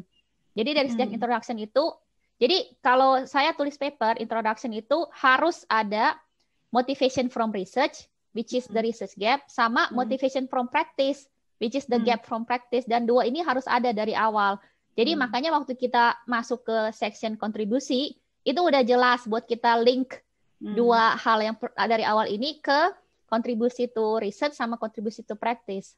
Jadi harus balance ya Bu ya, antara kontribusi secara teori harus dan praktikal. Iya. Okay. Baik, kemudian pertanyaan berikutnya ini dari Pak Arif Ramadan. Ini luar biasa sekali banyak topik riset IS yang bisa dikerjakan oleh mahasiswa S1, S2, dan S3. Nah, namun maaf Bu, bisa Ibu berikan semacam batasan yang seperti apa penelitian IS yang masuk ke level S1, S2, dan S3? Nah, apakah dari sisi metodenya atau research question-nya, atau karena emerging topic? Kalau saya bilang itu tergantung berapa lama waktu yang mahasiswa S1, S2, dan S3 ada untuk melakukan riset tersebut. Misalnya mahasiswa S1, kalau dia cuma punya, I don't know, 1 semester misalnya, misalnya 6 bulan, ya berarti kan riset yang dia bikin harus doable within 6 bulan itu. Kalau mahasiswa S2, misalnya di sini S2-nya itu dia cuma punya summer term, jadi cuma sekitar 3-4 bulan gitu untuk mengerjakan disertasinya. Berarti kan topiknya harus bisa doable dalam 3-4 bulan tersebut dan mesti visible gitu. Nah, kalau S3 itu kan lama, sampai 4 tahun. Berarti kan dia banyak yang dia bisa kerjakan kan. Jadi untuk S3 itu bisa aja S3 itu jadi paper based.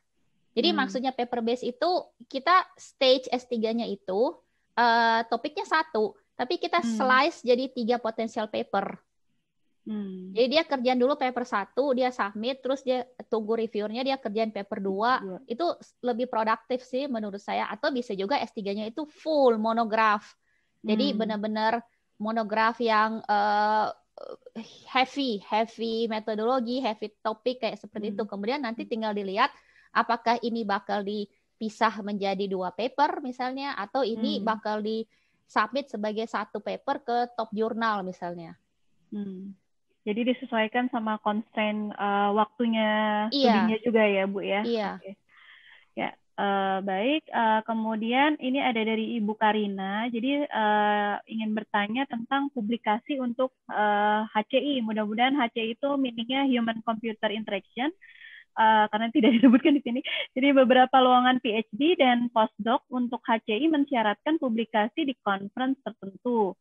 Saya ingin bertanya terutama untuk bidang HCI pada universitas di luar negeri, conference lebih diutamakan daripada jurnal kah, Bu?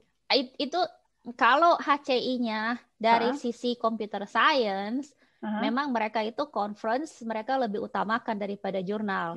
Kalau HCI-nya dari sisi information systems, itu tetap jurnal yang diutamakan. Oke, baik. Jadi sebenarnya lebih berat ya Bu ya di FI. Iya, lebih berat. Oke, baik. Pertanyaan berikutnya nih Bu, mudah-mudahan masih pada semangat nih. Jadi ada dari Pak Nanang, saya penasaran tentang penelitian AI dan conscience, bagaimanakah perkembangannya di masa depan? Iya, jadi conscience itu kan berarti moral sense ya, of the right and the wrong of the AI. Itu masih banyak peluangnya, karena itu yang saya bilang tadi, yang saya ilustrasikan example self-driving car itu, moral decision yang harus dibikin oleh AI yang berdampak besar terhadap keselamatan manusia. Yang saya bilang tadi, self-driving car, kalau dia lurus, dia tabrak nenek-nenek misalnya, kalau dia banting kiri, dia tabrak anak kecil, tapi dia AI-nya itu, dia prioritasnya itu untuk keselamatan orang yang di dalam mobil itu. Karena dia nggak mungkin rem misalnya.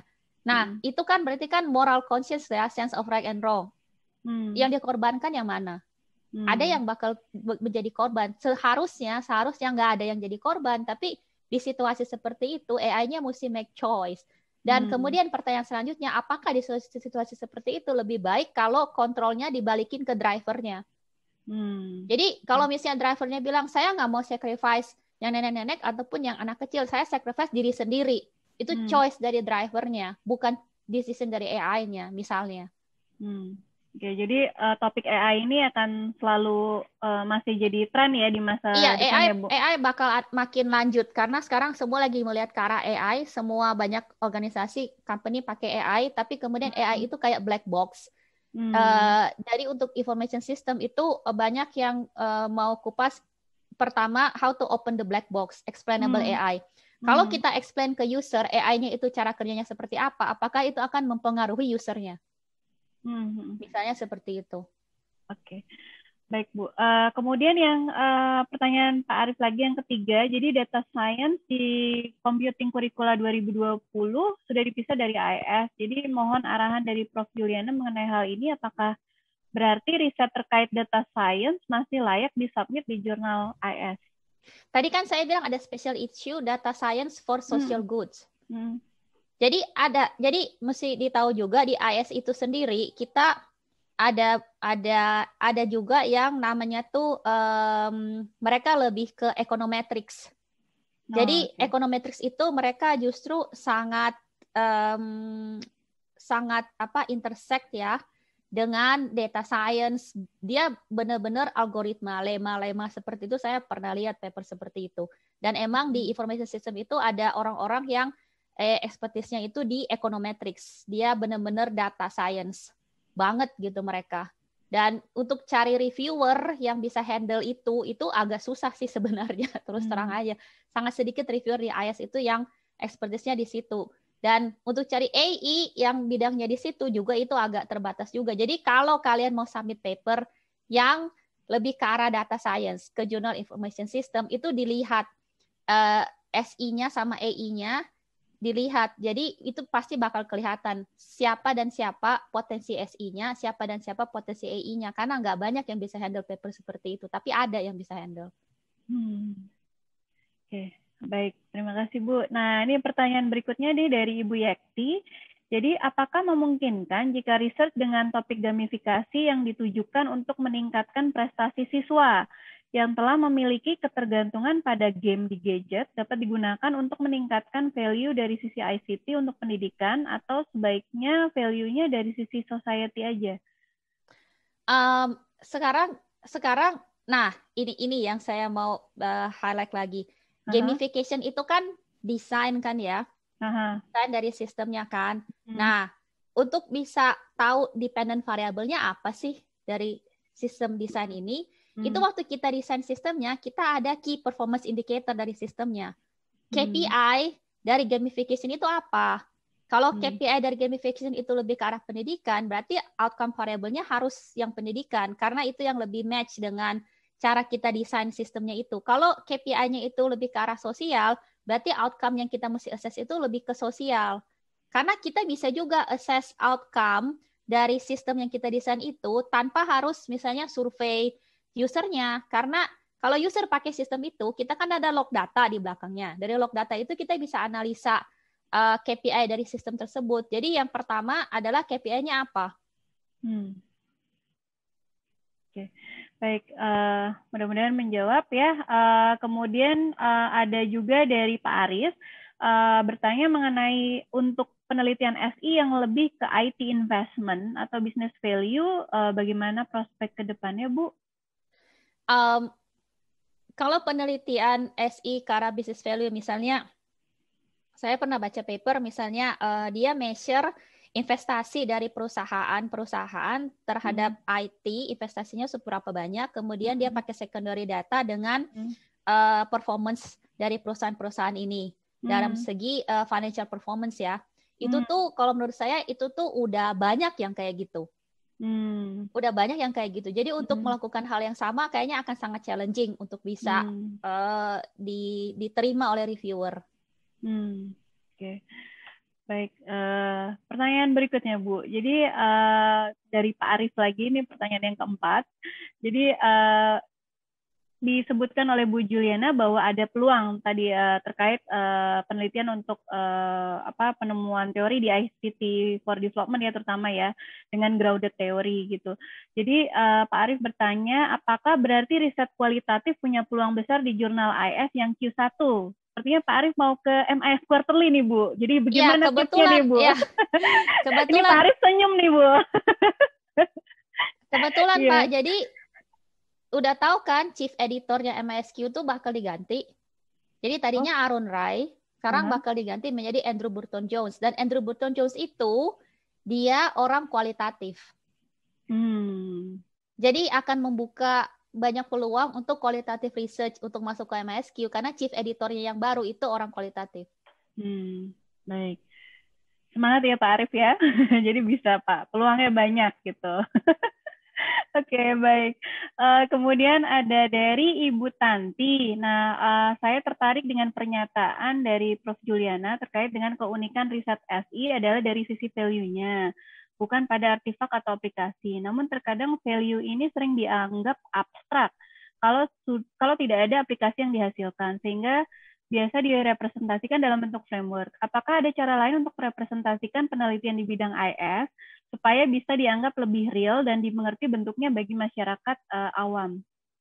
Jadi saya juga ya, kalau saya bikin riset itu desain kan, itu ada beberapa approach. Pertama, kalau saya ada tim, maksudnya tim yang riset yang ada visibility untuk develop sistemnya, itu sistemnya akan di-develop, kemudian kita akan bikin field experiment.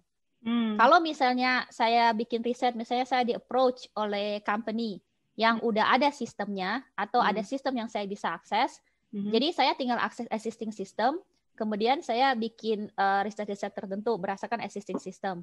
Kalau misalnya saya tidak punya akses ke sistemnya, tapi itu sistem ada dan dipakai oleh banyak orang. Misalnya sosial media, misalnya saya nggak punya akses ke sosial medianya, misalnya, dan tapi itu dipakai oleh semua orang. Jadi sistemnya itu biasanya ada di background.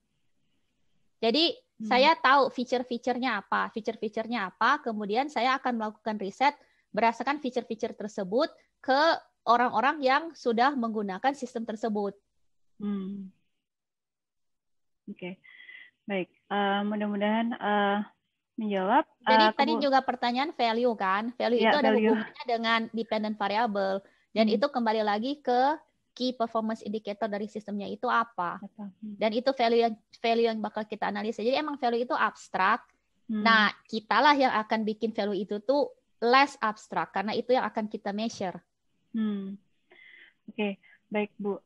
Ibu ada waktu sampai jam berapa, Bu? Karena ini masih 20 pertanyaan lagi. Saya ada workshop yang saya harus hadir 30 menit lagi, jadi saya masih ada waktu sekitar 30 menit. Oke, baik. Baik, kalau begitu kita lanjut. Mungkin kita tutup jam 3.15 ya, supaya Bu Juliana juga ada break setelah ini untuk workshop berikutnya. Jadi saya bacakan lagi nih, Bu ya.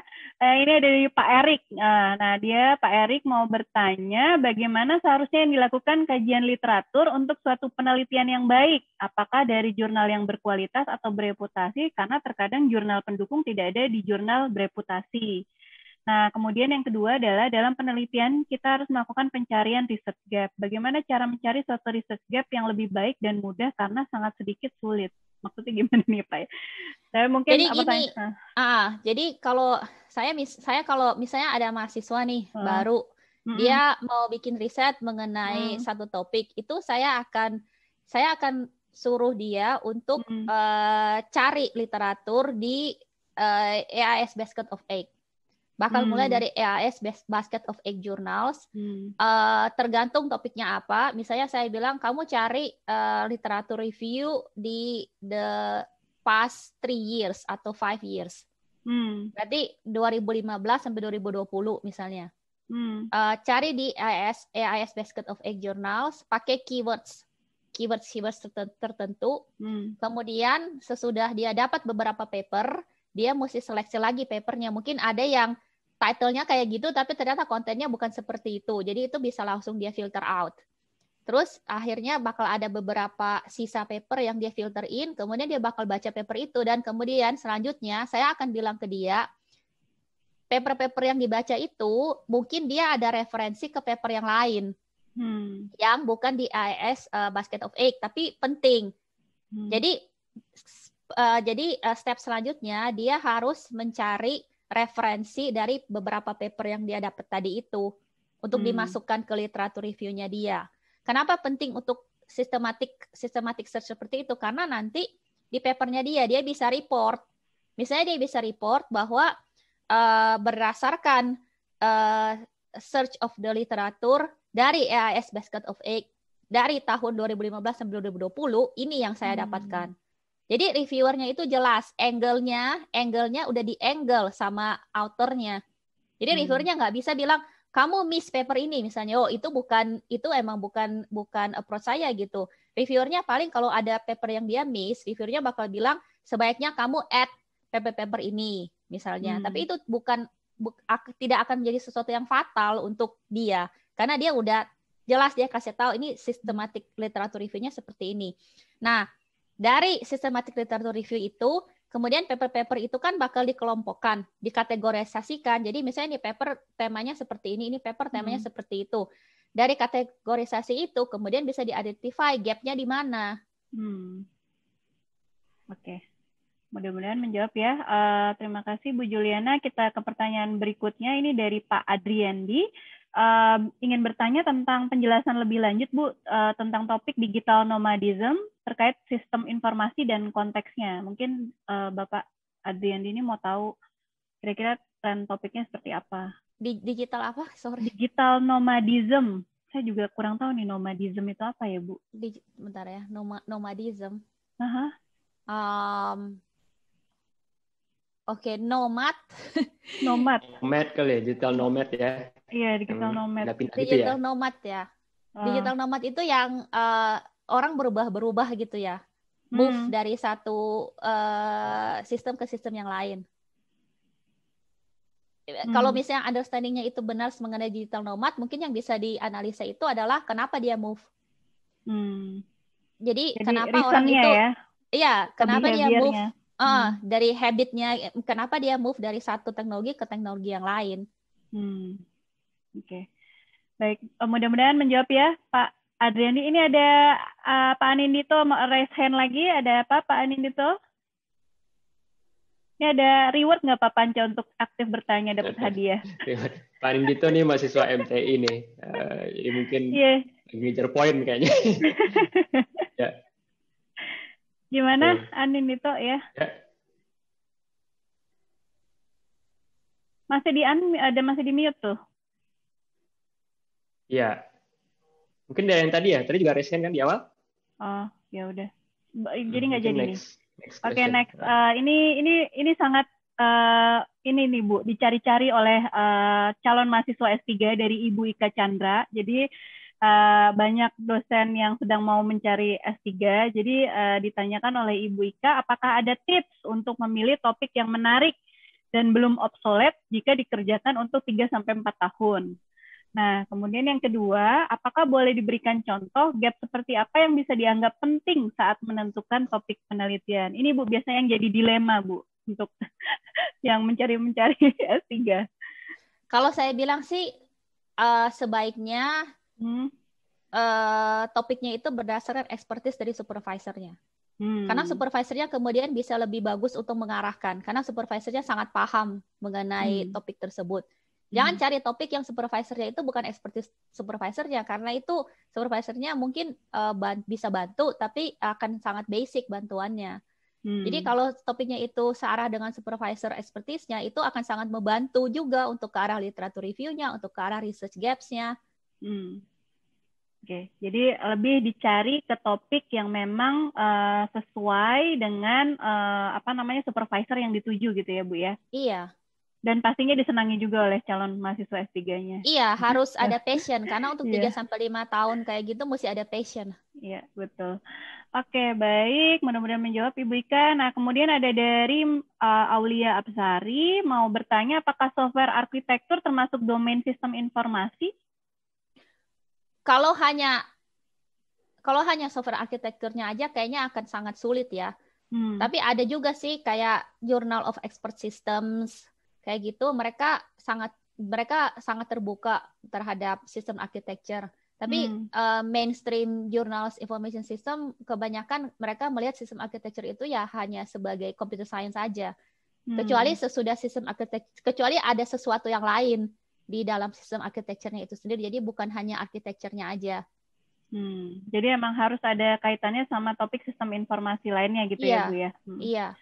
Oke, baik. Ini ada juga dari Pak Herdi, dia mau bertanya tentang bagaimana pandangan Prof. Juliana tentang cloud computing. Cloud computing, saya special issue yang saya lihat sih kayak saya nggak baca yang minta mengenai cloud computing ya. Jadi kayaknya kalau misalnya mau mengangkat cloud computing, kayaknya mesti due diligence review deh buat cari research gap-nya apa. Atau mungkin cloud computing itu hanya sebagai konteksnya aja. Oke, baik. Tetap ya Pak harus dikaitkan sama topik sistem informasi lainnya. Nah, kemudian ada juga dari Pak Arfif Gandhi. Jadi bagaimana kita tetap mempertahankan unsur kekomputeran pada penelitian SITI kita. Mungkin sebagai gambaran Pak Arfif ini lagi S3 Bu di ilmu DIK Fasilkom. Nah, karena topiknya sistem informasi, tapi kita masih ada di jalur DIK, ya jadi di dokter ilmu komputer, kadang-kadang kita diminta juga untuk mengkaitkan dengan topik ilmu komputer. Nah, kemudian seringkali karena melibatkan ilmu lain, malah SITI-nya jadi minor, misalnya memakai teori psikologi. Sebenarnya di information system kita sangat terbuka terhadap teori dari domain yang lain. Misalnya psikologi, apalagi dari psikologi, itu sesuatu yang sangat wajar dan kita expect bakal ada orang yang submit paper dengan foundational teorinya itu teori dari psikologi. Karena kan pada akhirnya kan impact yang bakal di-measure atau behavior yang bakal di-measure. Jadi itu nggak masalah. Jangan hanya menggunakan teori-teori yang dilihat dari information system jurnal. Buka wawasan ke teori yang lain. Karena kita sangat terbuka orang-orang untuk yang pengambilan teori yang lain. Tapi mesti benar-benar jelas teorinya. Karena AI dan reviewer itu, kita itu udah agak terlatih untuk kalau kita baca paper dengan teori yang kita nggak pernah encounter sebelumnya, apalagi sebagai AI ya, saya harus mengerti teori itu apa, supaya untuk be fair, untuk adil kepada autornya. Jadi saya kadang-kadang saya baca paper juga, saya baca teori yang lain supaya saya bisa assess paper ini tuh dengan lebih adil gitu. Oke. Baik Bu. Nah kemudian dari Pak Made, ini ada pertanyaan, apakah ada metode yang menurut Ibu sedang tren digunakan untuk evaluasi sistem informasi dari sisi keamanan? Security. Evaluasi metode, kalau dari segi metodologi ya, untuk evaluasi sistem informasi dari segi keamanan, mungkin kita bisa cross method ya, kita bisa multi method, kita bisa multi method study. Jadi tergantung sistemnya apa. Dari segi keamanan, misalnya dari segi keamanan data-data usernya misalnya, apakah kita mau melihat dari sisi usernya, atau kita mau melihat dari sisi manajemennya, atau kita mau melihat dari sisi yang lainnya. Kalau misalnya kita mau melihat dari sisi manajemennya, misalnya terhadap keamanan dari satu sistem, ya kita bisa menggunakan metodologi. Misalnya nggak ada existing literatur terhadap ini, jadi kita nggak bisa ada hipotesa. Misalnya kita nggak susah buat ada hipotesis. Berarti kan kita metodologinya harus dari grounded teori. Grounded teori itu, di grounded teori sendiri itu kita bisa multiple data collection method.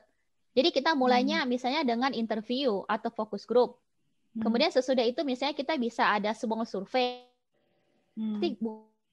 Bukan untuk tes hipotesis. Kemudian sesudah itu kita bisa tambahin lagi dengan follow up interview. Atau interviewnya bisa 3 stage misalnya. Kemudian kita dari situ kita bisa develop propose teori atau propositions, make propositions. Oke. Baik. Sudah 5 menit lagi Bu Putu. Iya. Ini dari Pak Nanang masih ada lagi. Iya, jadi Pak Nanang pertanyaannya, jadi untuk penelitian concise dan AI ini apakah masuk ranah SI, dan biasanya kalau di SI dibahas di titik beratkan di mana Bu? Kalau dari SI dan concise ini, kalau saya bisa think aloud ya, kalau untuk masuk ranahnya information system, mungkin bisa melihat namanya ethical artificial intelligence. Jadi ethical artificial intelligence itu mungkin kita ranahnya bisa melihat ke arah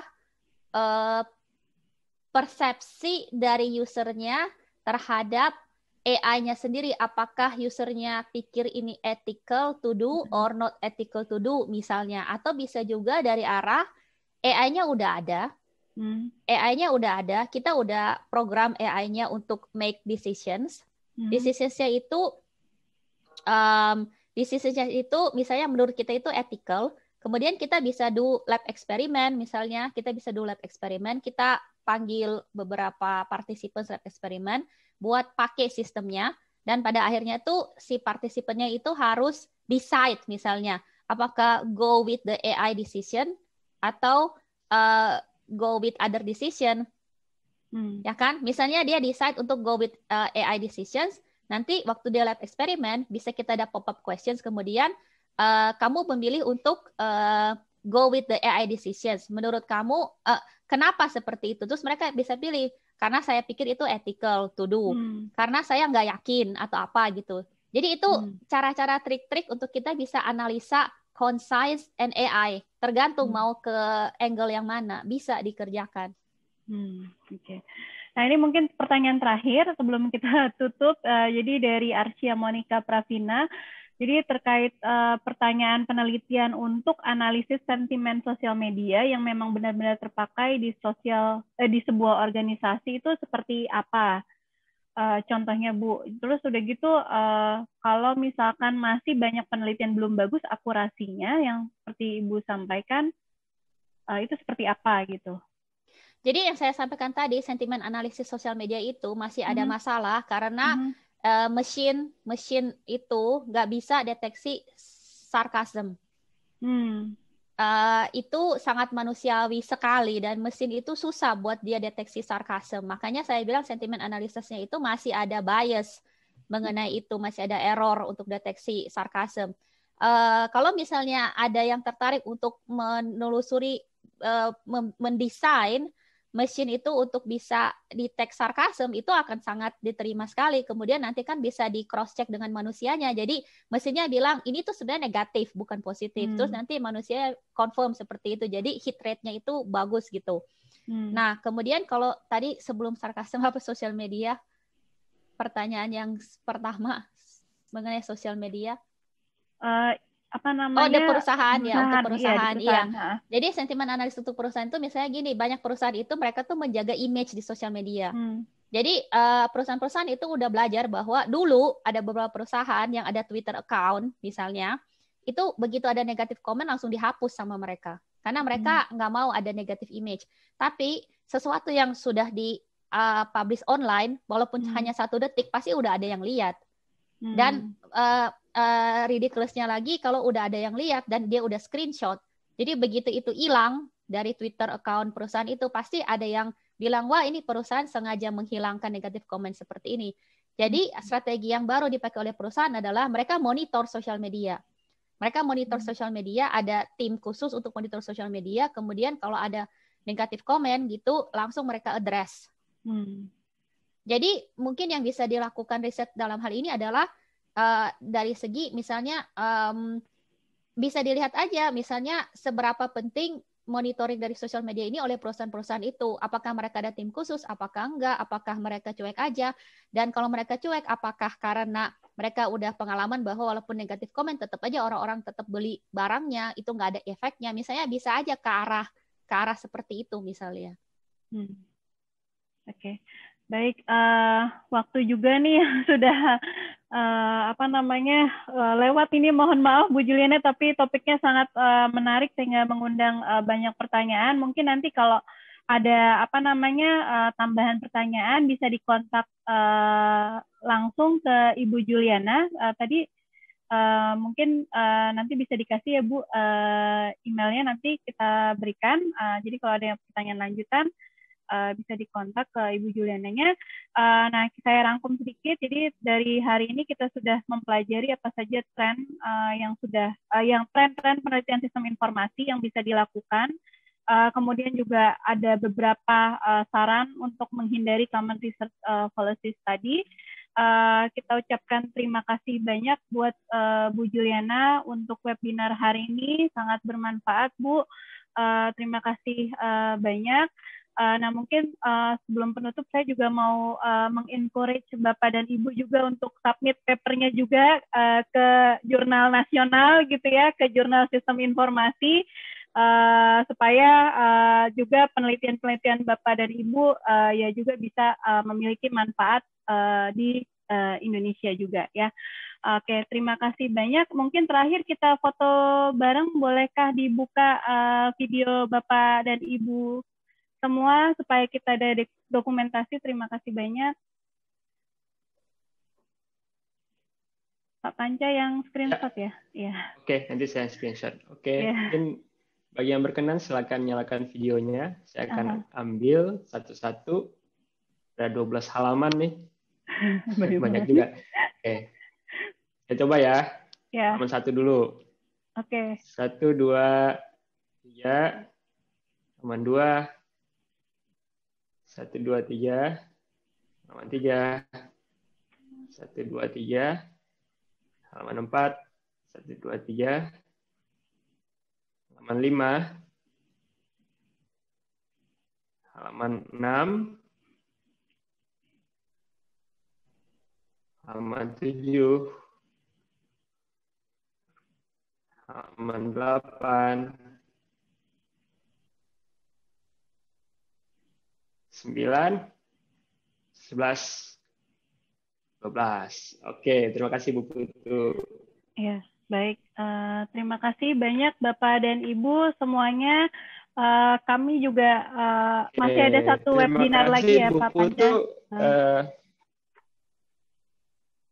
Halo? Ya, ada Jumat ini dengan Prof. Stefan Bresan dari National University of Singapore.